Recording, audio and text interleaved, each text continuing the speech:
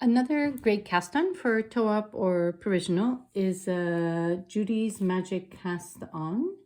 And it's a little more elaborate, but it has a very clean edge. It's very tight. There's no gaps. It just has a beautiful finish to it, but it does require a little bit more mental brain power and patience. You need to leave enough tail yarn to work through this. So let's say if I was casting on 20 stitches, I would wrap my yarn around 20 times to make sure I had enough tail yarn to do the project.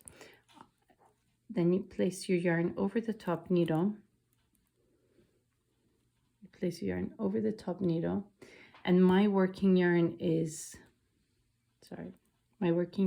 going this way, and my tail yarn is coming down.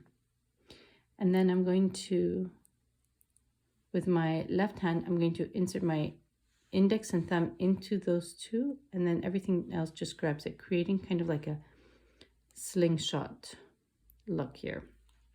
And then I'm going to start, and it's the index on the left hand is in charge of adding stitches to the bottom needle, and the thumb on the left hand is in charge of adding stitches to the top needle. And I always want to go in an upward motion. So let's say I already have a stitch on my top needle, so now I need to add one on my bottom needle. So my index comes round, it goes under and finishes in the middle. And then my thumb is going to start in the middle and finish on top. Index, I need one in the bottom, index down in the middle, and my thumb goes in the middle and finishes on top.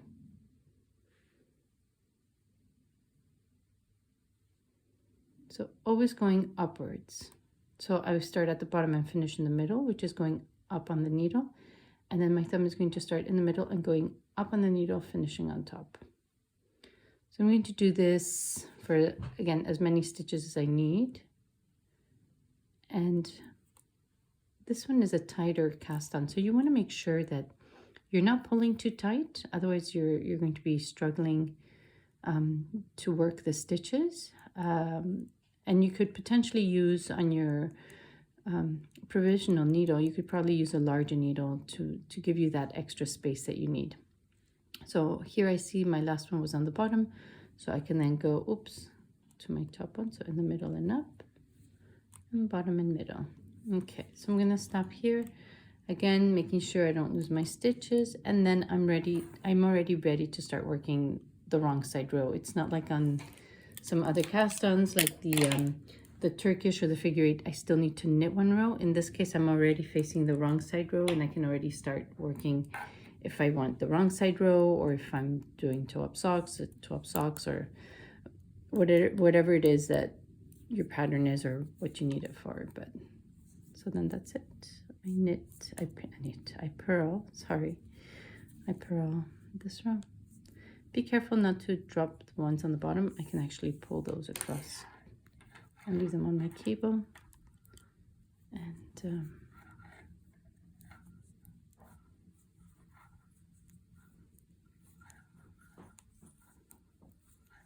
And this cast on is great because it doesn't pull too far. It doesn't leave too many gaps. It's not very loose, and it's very nice and tidy. So let me show you what that looks like. It's a really nice, tight cast on. Okay.